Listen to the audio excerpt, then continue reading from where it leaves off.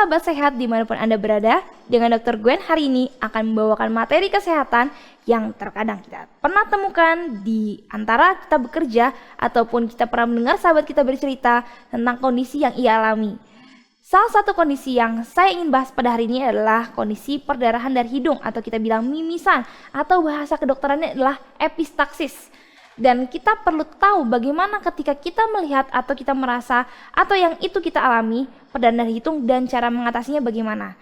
Yang jelas karena ada perdarahan yang terjadi tiba-tiba pasti kita sebagai warga awam panik dan kondisi ini yang perlu kita ketahui cara menanggulanginya.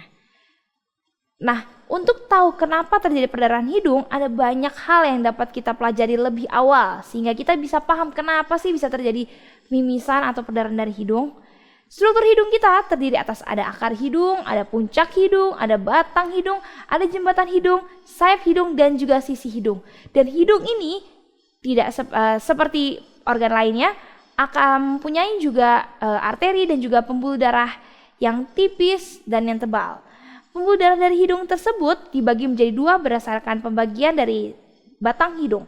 Ada pembuluh darah hidung depan dan pembuluh darah hidung belakang, di mana pembuluh darah hidung depan diperdarahi oleh arteri ethmoidalis anterior, arteri labialis superior, arteri spenopalatina, arteri palatina mayor, lalu pembuluh darah hidung belakang diperdarahi oleh arteri ethmoidalis posterior dan arteri nasalis posterior yang merupakan bercabang menjadi arteri spenopalatina.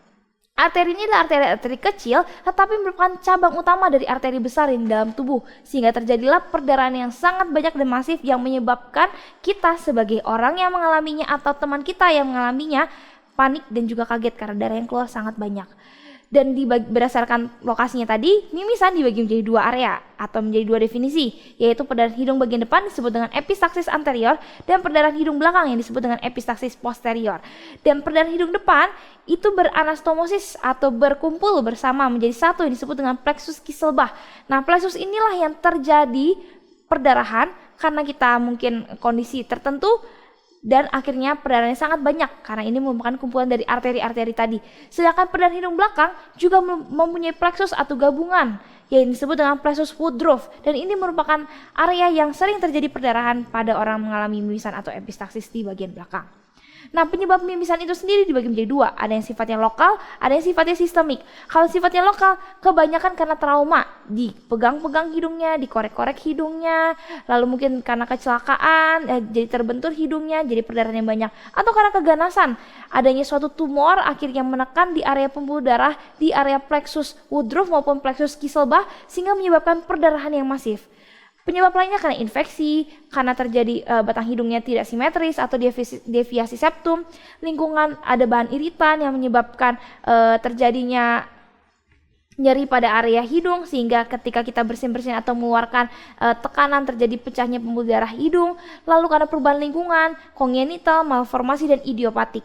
Dan yang kedua karena sistemik, paling banyak karena hipertensi, karena aterosklerosis, kelainan darah, trombositopenia, hemofilia, leukemia, disfungsi trombosit, infeksi sistemik, DBD paling sering kita temukan, typhoid, morbili, kelainan fungsi hati, sirosis hepatis, gangguan hormon, lagi hamil atau lagi fase menarche, obat-obatan seperti aspirin, antikoagulan yang menyebabkan kondisi perdarahan tidak berhenti karena konsumsi obat-obatan pengencer darah ataupun juga NSAID. Berikut adalah gambaran mimisan jika kita melakukan pemeriksaan dengan endoskopi maupun dengan pemeriksaan fisik menggunakan rinoskopi anterior. Didapatkan bintik perdarahan di bagian mimisan di depan. Sedangkan kalau mimisan di bagian belakang kita dapatkan adanya clotting darah ataupun bintik perdarahan di area hidung yang bagian belakang. Dan berikut adalah hidung normal, harusnya bersih, harusnya tulang hidungnya dalam kondisi yang baik, tidak bengkak, harusnya tidak ada perdarahan di area hidung. Nah, prinsip penanganan mimisan ada 3. Pertama, menghentikan perdarahan. Yang kedua, mencegah komplikasi. Dan yang ketiga, mencegah mimisan berulang. Kenali penyebabnya. Jadi, ketika kita menemukan diri kita atau saudara kita mengalami mimisan, jangan panik. Posisikan duduk tegak, jangan berbaring, jangan condong ke belakang. Dan condong ke belakang ini adalah hal yang paling sering saya temukan di antara masyarakat kita. Jadi ingat, kalau ada mimisan, harus tunduk ke bawah. Lalu kita pencet hidung kita dan kita lakukan selama 10-15 menit. Atau ketika kita mempunyai air es, kita bisa kompres dengan kurang lebih 10-15 menit.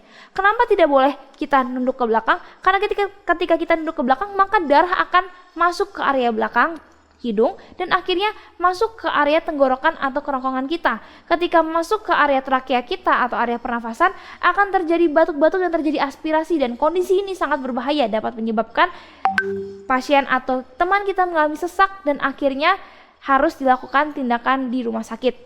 Dan jika di atas 20 menit perdarahannya sangat masif, pucat, lelah, berdebar, atau karena trauma kepala, langsung ke dokter. Lakukan tindakan awal dan langsung pergi ke dokter untuk mencari pertolongan. Nah, pencegahan mimisan sebenarnya sangat efisien dan efektif dapat kita lakukan sehari-hari. Jika penyebabnya yang paling banyak tadi kita bahas tentang aterosklerosis maupun karena penyakit jantung ataupun karena kolesterol, kita bisa lakukan dengan istirahat yang cukup.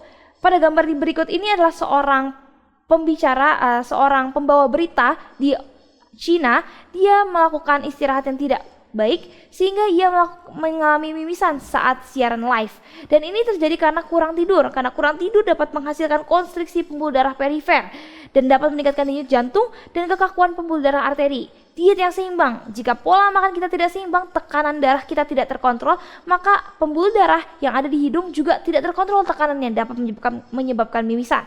Udara yang bersih. Udara bersih dapat melembabkan hidung, di mana hidung butuh humidifikasi dan butuh adanya ventilasi dan drainase untuk dari kesehatan tubuh kita, mencegah terjadi infeksi dari viral maupun bakterial.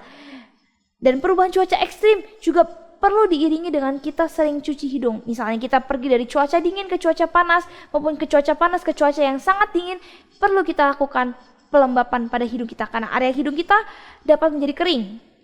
Lalu olahraga. Rutin olahraga 2-3 kali seminggu selama 15 menit dapat membuka aliran pembuluh darah perifer, yaitu pembuluh darah hidung salah satunya, dan menghindari terjadinya penumpukan lemak di pembuluh darah. Ingat, penumpukan lemak tidak hanya selalu di pembuluh darah besar atau pembuluh darah jantung, tapi dapat terjadi juga di pembuluh darah yang kecil atau perifer, salah satunya pembuluh darah hidung. Dan sinar matahari yang cukup menyebabkan vasodilatasi atau terbukanya pembuluh darah sehingga aliran darahnya lancar dan proses transmisi nutrisi dapat berjalan dengan baik di seluruh tubuh.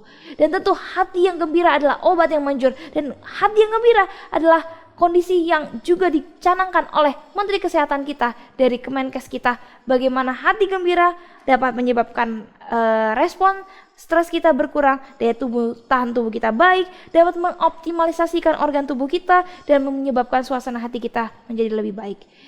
Lalu pengendalian diri, kita kendalikan diri kita sejak dini, terutama dalam menghindari faktor risiko yang menyebabkan mimisan. Salah satunya terjadi pada anak-anak adalah karena sering mengorek-orek hidungnya, memasukkan jari ataupun alat-alat mainan ke dalam hidungnya sehingga dapat terjadi mimisan karena pembuluh darah pada anak-anak sangat rapuh dan mudah pecah. Air jernih yang cukup. Jika kita kurang minum, tidak hanya tubuh kita mengalami dehidrasi dan juga kering, tapi mukosa hidung kita juga ikutan kering, dehidrasi juga. Sehingga jika terjadi gesekan yang sangat minimal, dapat menyebabkan perdarahan atau mimisan. Hubungan sosial yang baik, komunikasi antar sesama dapat mengurangi stres, di mana stres dapat meningkatkan tegangan dari pembuluh darah dan menyebabkan pembuluh darah di hidung juga pecah. Jadi kesimpulan dari yang kita sudah bahas hari ini, pertama adalah mimisan dapat terjadi karena pecahnya pembuluh darah hidung dan dapat terjadi karena penyebab lokal maupun karena sistemik. Prinsip dari manajemen mimisan atau epistaksis, yakni atasi perdarahan, cegah komplikasi, cegah rekurensi atau mimisan berulang. Jika mimisan terus terjadi berulang, segera hubungi dokter dan UGD rumah sakit setempat untuk mendapatkan penanganan yang lebih lanjut. Sahabat-sahabat semua, kita sudah tahu bagaimana manajemen dan penanganan dari kondisi mimisan yang terjadi dalam tubuh kita maupun kepada sahabat kita. Jadi yang pertama, jangan panik dan lakukan tindakan yang seperti saya sudah ajarkan kepada sahabat di rumah. Kiranya Tuhan Yesus memberkati. Salam sehat.